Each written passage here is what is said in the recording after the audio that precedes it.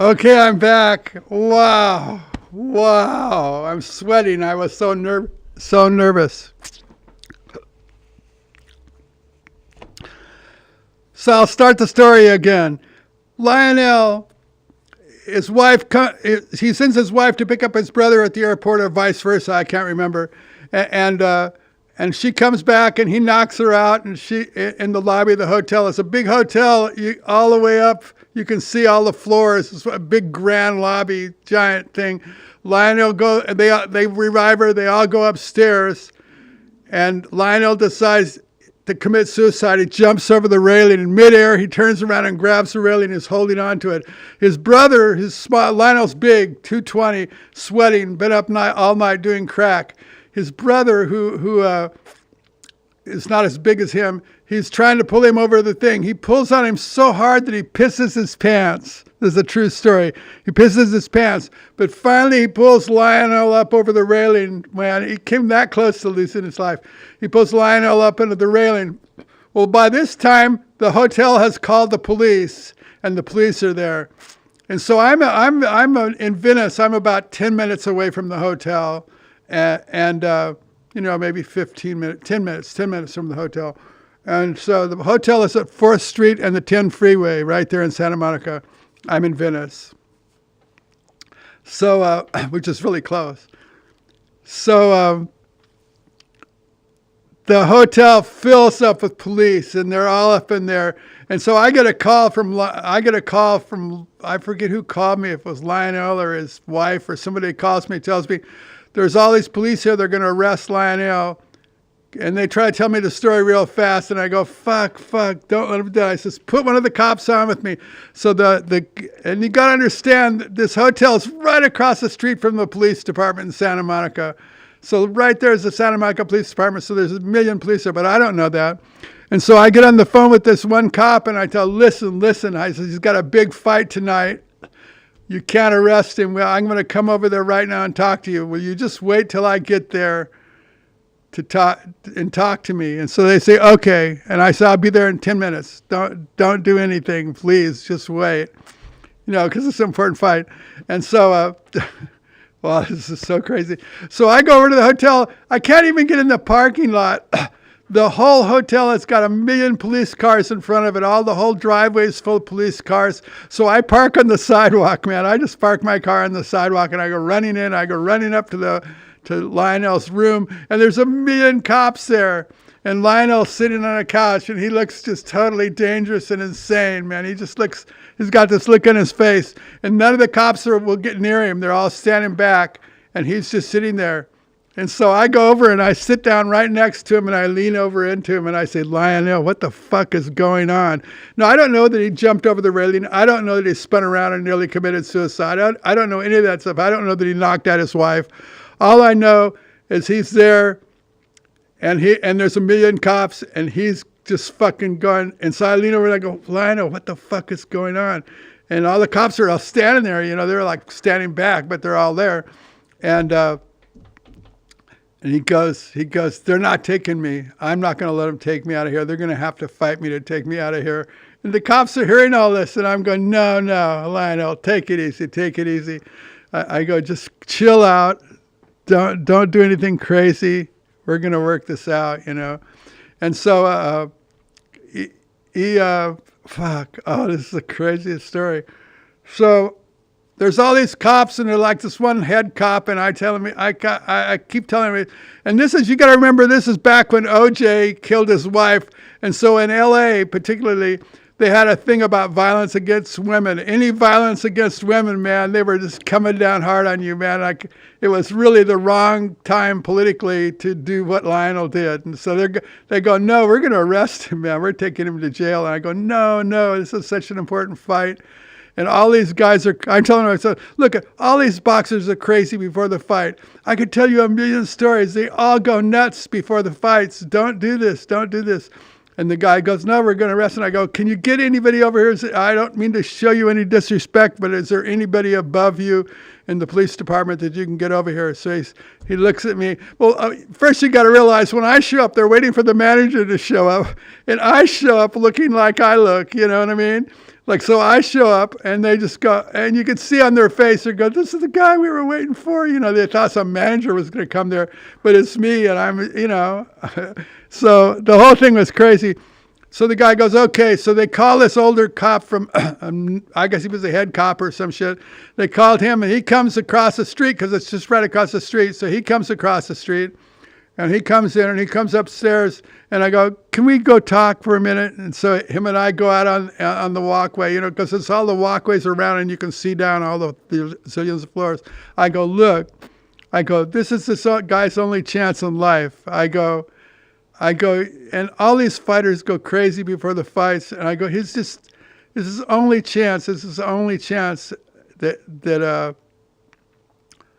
you know, we can't arrest him, man. It's just, oh no, the fight was the next day. It wasn't that day. The fight was the next day. Sorry, I'm getting a little wrong.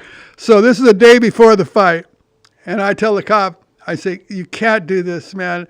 This is his only chance. This is this guy's only chance in life. I said, his only chance is to fight and make some money. And I said, otherwise he has no future. I mean, this is so important that you don't arrest him.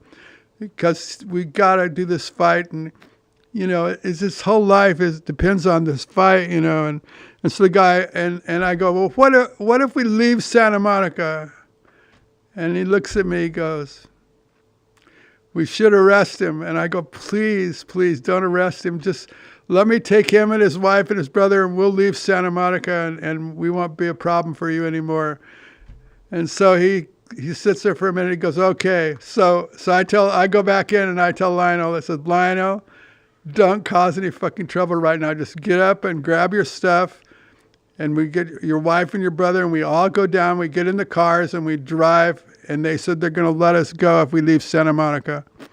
And so he says, okay. So it's drizzling out. Another thing is that it doesn't rain very often in LA, but this day it was drizzling. It was all drizzling and the roads were wet. And so we get in our cars and the cops follow us. It was like a movie. There was like 6 or 7 police cars behind us following us out of town. Like they were going to follow, make sure we left Santa Monica. So and we're going down Pacific Avenue, which runs parallel to the beach in Venice. That's the street right by the beach in Venice. So we're driving down the street and I'm in my car. Lionel's in his car with his brother and his wife. And they're driving. No, his brother was with me. And he's with him and his wife. Yeah. And so we're driving down Pacific and we come to Navy Street, which is the border between Santa Monica and Venice, the city line, you know. The cops, it was like in a movie. They were all behind us, like fucking zillions of cops. And then we get to Navy Street and they all peeled off, just like a movie. And the second they peeled it off, Lionel punches it. He's in like a Dodge Charger, a purple one. It was just such a crazy scene. So, and we're just zooming down Pacific and he's going really fast and I'm following him. And I'm in my Volkswagen Euro van and I'm just following him down the street. And he's going crazy. He's driving really fast. And so I told him we were going to this hotel. It's now called the Irwin. It's like a block from my house on Pacific. And so I said, just go to that hotel. We'll check you in and just chill out, okay? Just go there and stop. Well, he's just speeding down the street, going way too fast, and I'm trying to keep up with him. And he goes right past the hotel to Venice Boulevard and takes a left on Venice Boulevard and heads up. And then when he gets to Lincoln, this is crazy. I'm trying to keep up with him, and he's driving like a maniac. And he just got in all this trouble, and now he's driving like a fucking maniac. I can't believe he's doing this. This is beyond crazy. He gets to Lincoln Boulevard and Venice Boulevard, and it's a major intersection. You got to understand Lincoln. We call it Stinkin' Lincoln, Stinkin'. So he gets down to Stinkin', it's Stinkin' Lincoln. Anyway, he gets to Lincoln, and he goes into the intersection, and he flips his wheel and he starts doing Brodies in the intersection. Now, this is a really busy intersection. So all the cars in all 4 directions are just stopped. And Lionel's in the middle of the intersection spinning Brodies, his car. His car's just spinning around, spinning around, spinning around. And his wife is halfway out of the car. She's like up to her waist out of the passenger window, screaming, "Help, help!" And she's screaming like she's screaming for her life. And Lionel's doing Brodies in the middle of the street. And I can't get up there because there's cars in the way, and I'm fucking going crazy. And I can see him there doing Brodies. And he just does Brodies for like fucking a couple of minutes. He just does Brodies. Nobody honks or anything. He's so scary looking. And it's just such a scene. All the cars are just sitting there. He's doing Brodies in the rain. It's around and around and around. And then he takes off down, heading east on Venice Boulevard towards Venice High, that way. He takes off, and I say, fuck it, man. I can't follow him anymore. And I just go back to the hotel, and I just park at the hotel, and I wait in the driveway of the hotel. About 10 minutes later, Lionel comes driving into the hotel lobby. After he pulled this whole stunt, he comes driving into the hotel lobby, and I go, "What the fuck are you doing, Lionel? What the fuck are you doing?" And he goes, "How's it going, Lee?" He just like acts like nothing happened, like he's just so fucking out of his mind. And you got to understand, he's totally strung out on crack at this point, and yeah, and that's the story, man. That's the fucking story, and that was the end of that story. The end of that story. No, I live you can just walk to my house in 1 minute from that hotel. I mean, the hotel is like one street over from where I live. Big giant hotel. I'm one street over. So I'm really close to the hotel. I live on 18th Avenue there on 17th. So you understand, it's just one block over and the little short blocks at the beach. And it's really close. I could throw a rock and hit the hotel. So that's the end of that story. But you would have had to have been there, man. This was the craziest story. Oh, it was just so crazy. And the cops, I can't believe the cops didn't arrest him. Oh, here's the end of the story. So the next morning, the day of the fight, we decided to go to eat at Cora. I take Lionel to eat at Cora's Coffee Shop. Now, Cora's Coffee Shop is in Santa Monica, where we told them we wouldn't come back to. But I figured it's the next day. It's cool. We'll go to Cora's to eat. And Cora's is a little coffee shop right there on Pacific. It's not called Pacific, but it turns into Pacific in Santa Monica. So we go park at Cora's, and I know the guy, Ernie, who owns Cora's, and we go in there. It's a tiny little place with a counter and 2 tables. We go in there, we sit down, we order our food and everything. Pretty soon, man, all these cop cars are out in front of Cora's, and the cop comes in, and it's the head cop. And he comes in and he looks at me. He goes, I thought you guys weren't coming back to Santa Monica anymore.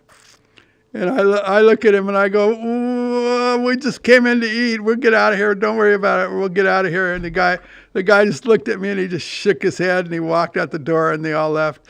But I thought, oh no, we're gonna get in trouble because we told them we wouldn't come back to Santa Monica, and there we were the next morning eating there. But we had to eat, and I knew the guy, and we wanted to eat there. So anyway, that was a bonehead move. I shouldn't have gone there to eat, and we came close to getting arrested again that way. And then that night we went and we fought. I think we fought at the country club. Yeah, and we won. I can't believe we won. My crackhead fighter won. Anyway. Yeah, wow, that was so crazy. And that was just one boxing story, man. Every day with Lionel was just like that. One day he comes to my house, he tells me, "Lee, I need a gun. And I go, "How come you need a gun? What's going on, Lionel?" And he's going, "The Crips are after me." He had ripped the Crips off or something. Anyway, he was just a total gangster, man. He had no morality, and he was he would do anything, man. And he was strung out on crack, so he was just like out of his mind, man. His behavior was beyond bad. And people were telling me, "Man, you shouldn't manage this guy. He's a bad guy." He was really a criminal. Sometimes he told me one time, he says, "Lee, I'm just a criminal." And I go, "I know, Lionel, but you fight pretty good, and we're doing good here. We're in the top 10. and we're gonna get there, man. Just hang in there. Don't self-destruct, you know. But him and I had a funny relationship. He said I was the only person in his whole life that could yell at him. You know, anybody else would yell at him, he would just pound him out. And him and I, man, we had so many, I've told you other boxing stories where I was just standing yelling at him. You're fucking this all up, man. We worked a year and a half and I would just be screaming at him. And he'd be so mad at me, man. His nostrils would be flaring. He's looking at me. I knew he wanted to just punch my brains out, but he didn't do it. We had this like thing, him and I, and I liked Lionel. And in spite of his fucking bad behavior, I really liked him. He was, we had some kind of connection, him and I. But he sure paid me back for all the times I gave my manager a hard time when I was playing music. Lionel paid me back, man. I got paid back fully. So Peter Rackman, if you're out there, man, my old manager that I misbehaved so much with, I got paid back, man. You can. That's what you call karma, man. I got paid back in spades, man. That was Lionel and I worked together for a couple of years. It was a couple of years of insanity. There was no time that wasn't crazy. There was just everything was crazy. Everything was crazy. Yeah, that's the story, man. If you could have only been there, and if you could only seen Lionel, man, when he's sitting in the hotel room and all the cops are there and all he's with little red bikini underwear and that's all he's got on. He's telling me they're not going to take him out of there. They'll have to fight him to take him out of there. The cops didn't want any part of fighting him. He was one of those guys you just like don't want to fight with him. You can tell, even if you win, it's not going to go good. You know, like he's one of those guys, man. He was just so scary of a person. He was like beyond anything I've ever seen, man. And since that time, a few times he showed up here at my house, and I was and we would talk and stuff, and he would show up, and I would see him, you know, and it was MB2. I don't know what happened to him, but it was like he would be in jail, and he would get out of jail, and we'd come by, and we would talk, and so Lionel was crazy, man. He was fucking crazy. And that was a crazy story. I can't even tell you how crazy that was, man. It was just like, and how many cops were in the hotel, and they should have arrested him. But man, I can't believe they didn't arrest him, man. I was begging this older cop. I was going, please, man, this guy's only chance in his whole life to do anything is this. I said, we can't arrest him right now, man. We've been working for a year and a half, and he's so close, man. You can't do this to him. And the guy he didn't arrest us, man. And they followed us out of town like in a movie, and they all peeled out. I know I'm repeating myself, but God, you would have had to have been there to appreciate how fucking crazy it was. The kitty stepped on my shit. I didn't know what to do. Now I know what to do, man. It was really hard when the kitty walked over there and stepped on my keyboard, and I went, oh no, and the whole thing went black. So I'll have to go back and watch it and see what happened. But Big Kitty, man, he owns the podcast. So Lionel Butler, that was my fighter, or I was his manager, or we were something, man. We were crazy. It was crazy. And another thing, when all the fights, I wanted to hold the spit bucket. You know, I figured I was worthy of only holding the spit bucket. Now all the other guys that manage fighters, they all sit ringside and act like big shots, right? No, I wanted to be up in the ring, you know, holding the spit bucket. And I figured that was the only thing I was qualified to do because, I mean, we had real trainers and real professional guys in our corner. And I thought, what an honor to hold the spit bucket, man. To me, that was an honor, you know, and I did that. And, yeah, because I felt that's how far even though I was his manager, I felt like that was my place. I was no better than holding the spit bucket. You know what I mean? Like the boxers are so courageous. You got to understand what makes somebody fight. You know what I mean? Most of these, you don't see many middle class fighters. You don't really see them. You know, the guys that fight are fighting for their life. There are some fighters that are athlete fighters, like that. I would say Lennox Lewis was an athlete fighter. He wasn't fighting for his life. But a lot of the fighters, and you can see it when they fight, you can just see it. These guys, that's all they got in their life is this fighting. And they would, They just fight for their life, man. And you don't get that when you come from middle class. You know, middle class guys they aren't fighting for their life, because that's what makes fighting so vital. Is these guys, man. These guys are the real deal, man. And so it was an honor to be a part of that. And I really didn't deserve to do anything greater than hold the spit bucket. I felt that was a great honor to be up in the corner holding the spit bucket. I thought, man, that's a great honor, you know, for me, because that's all I was worthy of. Because, yeah, they're so courageous, and the whole boxing scene is so amazing. All the people, it's just fucking, it's a real deal shit, man. It's the real shit, you know. It's real. It's real, and I felt honored to hold the spit bucket. That's all I was worthy of, you know. We did pretty good, you know. We were number 3 in the world. We fought Lennox Lewis on HBO. So I took a 6-10 fighter, which no one takes a 6-10 fighter. It's just unheard of that you take a guy with 10 losses and think you're going to go anywhere with him. And we made it all the way to number 3 in the world, in the WBC. That's a real deal. Riddick Bowe was the champ. Lennox Lewis was number 2, and we were number 3. So we fought Lennox Lewis on HBO. And we fought him on HBO, man. And right after the fight, Riddick Bowe held a press conference and threw his WBC belt in a garbage can and vacated the WBC. He had some kind of disagreement with the WBC. So he threw his heavyweight championship in the belt and discarded his belt. So Lennox Lewis beat us in that fight. So he became the champion because we had fought and we were number 2 and 3, and number 1 threw the belt away. So he was the champ. So Lennox Lewis never really had to, when he became the champ, he didn't do a championship fight. So our fight was actually a championship fight. If we would have won that fight, we would have been the champ, because Riddick Bowe threw his belt in the garbage. But we lost that fight, so we're nothing. When you lose, you lose, you know. But so we came close, man. We came close, you know. One time, about a year after we were done with Lionel, I was at the fights at the Forum one night, and this old boxing commissioner, what was his name? I forget. He's a famous boxing commissioner. He came up to me and he goes, "Lee, how you doing?" And I says, "How you doing, man?" And he's an older guy.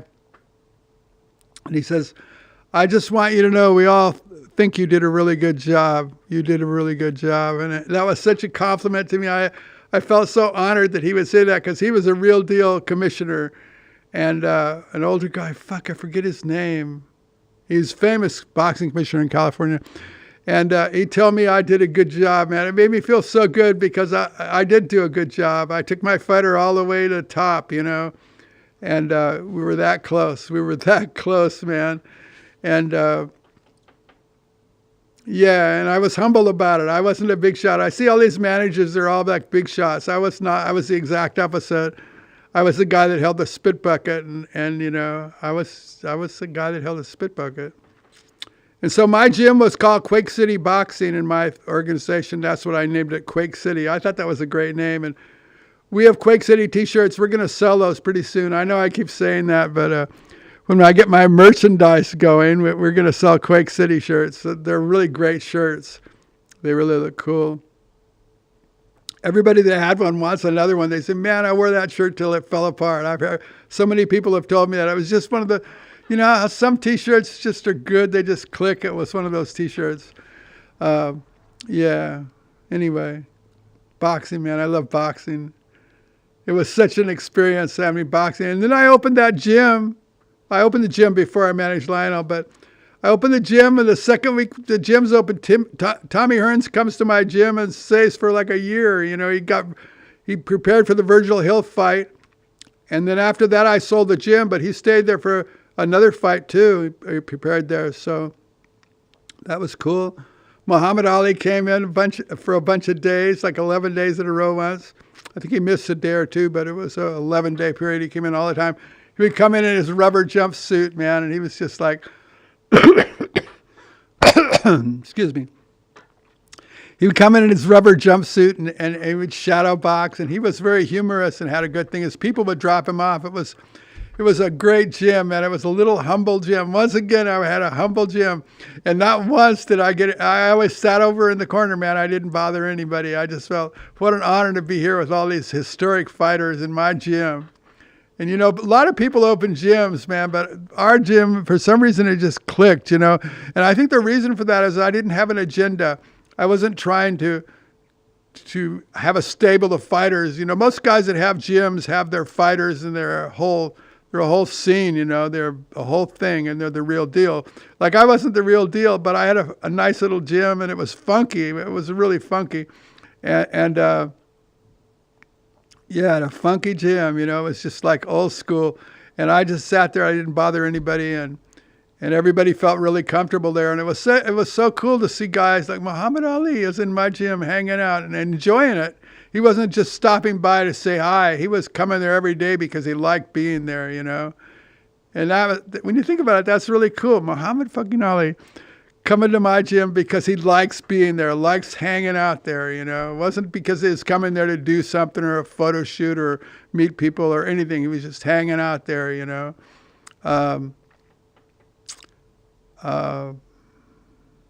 Yeah, it was really cool. And to see Tommy Hearns there, training, getting ready for a fight, man. And this is a little gym. It wasn't a big gym. It was little. It was just enough room for the ring and these bags and the heavy bags.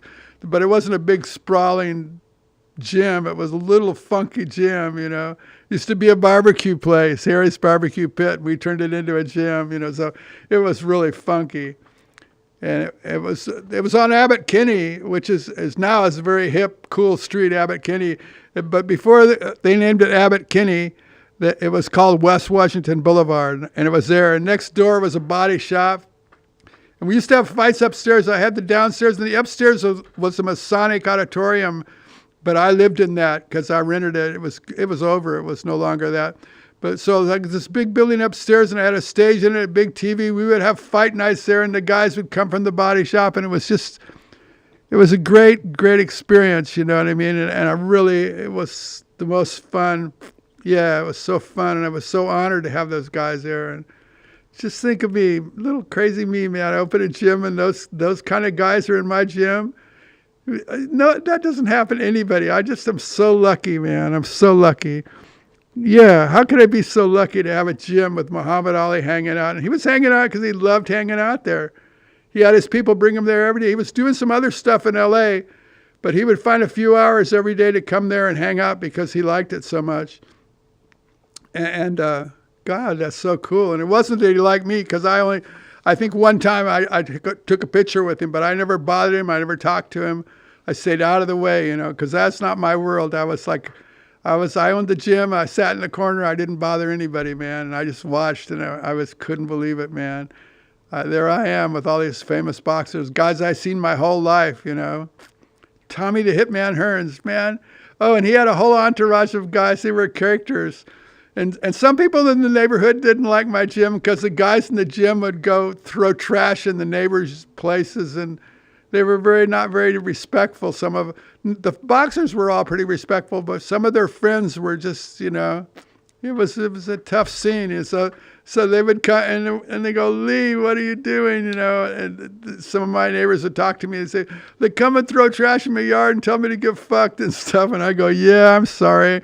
And then when I sold the gym and I left, a bunch of them told me, oh, so you sold the gym and you left this in our neighborhood. They were like sort of pissed off because I left this fucking insane gym in the neighborhood, and then I left.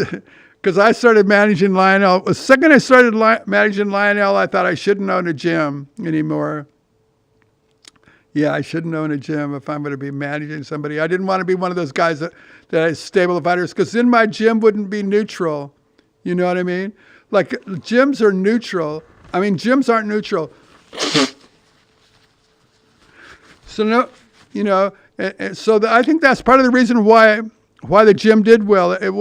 We didn't have an agenda. We weren't managing boxers. We didn't have a stable of fighters. None of that. It was just a gym, you know what I mean? It was a sort of a neutral territory, and that made it really cool. Anyway, I'm going to get out of here. I told the boxing story. I'm sorry the podcast cut off. The kitty stepped on the keyboard, but that's a boxing story I've been going to tell you. And I don't know if that boxing story was that good as I thought it was going to be. I thought it was going to be the greatest story ever, but you would have had to have been there when Lionel was doing the Brodies at Lincoln and Venice Boulevard in the middle of the intersection in the rain. It doesn't get no wilder than that. I mean, that's as crazy as it fucking gets, you know. And he's just doing Brodies, like, just forever. Brodies. His wife's out the window. Ah! She's screaming, her eyes are that big. He was crazy. And then he came back to the hotel and acted like nothing happened. There you go. So I really enjoyed that whole boxing thing I went through. That was really great. I quit doing it. After Lionel, after that fight, I was sort of done, man. After the Lennox Lewis fight, I thought, fuck, I have no business in this business. Once we were in the top 10, I would get calls in the middle of the night, people threatening me, telling me I have no business being in the boxing business. But the second we were in the top 10, everything changed, man. I was getting threats, man. People were threatening me. And, yeah. Somebody told me it was Don King's people. I wouldn't be surprised. I don't know that for sure, who was threatening me, but I was getting calls. And, yeah. It's a tough business, man. It's a real shit, you know. I got a real look at the inside, man. It's real. One time I wrote on a piece of paper, I wrote, what makes people fight? And then underneath that, I meant, what makes people watch? I'm sure since the beginning of time, people have fought back in the caveman days and everybody watched, you know what I mean? Just what makes people watch. It's something about boxing, man. It's the real deal, man. It's real. And I'm sure boxing's still crazy because the fighters are they're not middle-class guys, man. This is not a middle-class trip. It's a real deal, real guys. The guys that hang out with them are sometimes worse than the fighters. You know, the fighters are pretty much they're focused on what they're doing, but some of their partners and friends are they're different. So Lionel was like a combination of the worst of all the elements in one guy, but he was terribly athletic and he was really a tough fighter. And we could have been the champ. But we didn't make it. We came that close, man, that close. If we would have won that Lennox Lewis fight, we would have been the champ, you know. Now Lionel went to England once and sparred with Lennox Lewis when he was a sparring partner, and he stopped Lennox. He hit him in the body once, and they had to stop the sparring session. He hurt him, and so we really felt like we could beat him, you know. But then Lionel was strung out and crack, and Don King got a hold of him, and we were with Bob Arum, and Dan Goosen, and anyway, that was a crazy time. I've told that story before, but yeah, boxing, man, what a trip. Anyway, good morning, everybody. Happy Monday. I hope everything's going good out there. Thanks for your questions.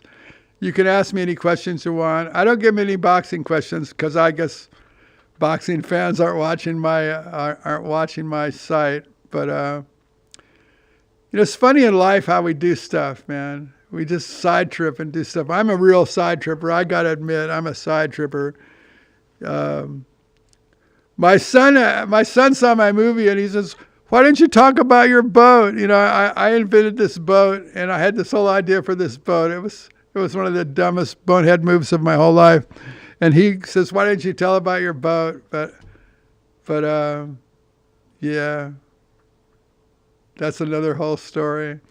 But a bonehead move. But I'm a side tripper, man. I get excited about stuff and I just take off and go running in that direction. And like right now, I'm excited about AI, and I just, I'm side tripping. Like all the time, I'm thinking about everything. I got to control myself because I get so caught up in shit. I just get fucking caught up in shit. But the boxing trip, that was something I'll always remember, and I'll always cherish those times. Those were the greatest of times, and the worst of times. Man, it was the most insane thing I've ever gone through was the boxing thing. And it was so dark. Behind the scenes of boxing was just ugly. Ugly, ugly. It was bad stuff, man. It was a tough business with tough people. And I'm not a tough guy, so I don't know what I was doing involved in that, man. But I did pretty darn good. Like that boxing commissioner told me I did a good job. That compliment was my favorite compliment I think I got in my whole life. The fact that he came up to me and he was a real deal, and he says, I want you to know that we all know you did a good job. And he sort of told me you were humble and you did a good job. And I got, fuck, man, what a compliment. What a compliment, because he was a real deal boxing commissioner, an old school guy. But for him to say we all knew you did a good job, that was such a compliment, man. To this day, I cherish that compliment. You know, it's funny in life, you get a little compliment here and there. Some of them really mean a lot to you. That meant a lot to me, you know what I mean? That one just meant a lot to me because I tried so hard, and I tried to be a good guy, and I tried not to be an egomaniac. I just tried to be cool and put my head down and do my job and run my gym and manage my boxer. And, you know, I tried hard, man. We almost made it too. We almost made it. We would have been the heavyweight champion of the world. We were one fight away from being the champ. I could have been the champ. Anyway, I'll talk to you guys later. Hope you enjoyed that boxing story. I know it's not a music story, but fuck it, man.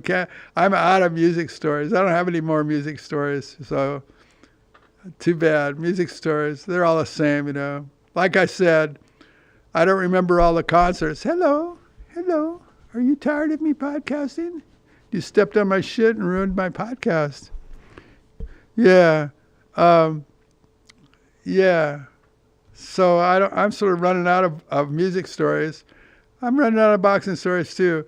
I got one more spectacular story though that I'm going to tell. It's a story about what led me to open Killer Shrimp, and it's as crazy as any boxing story. It's as crazy as it's maybe my craziest story, and the reason I haven't told it is because I'm not sure I should tell it. I'm not sure I should tell that story. You know, every now and then there's a story you better not tell. That's one of those stories, man. I might be barking up the wrong tree if I tell that story. Maybe I'll have an inspiration and I'll tell it one day here coming up. But I've held off. I've been podcasting over a year and I've avoided that story.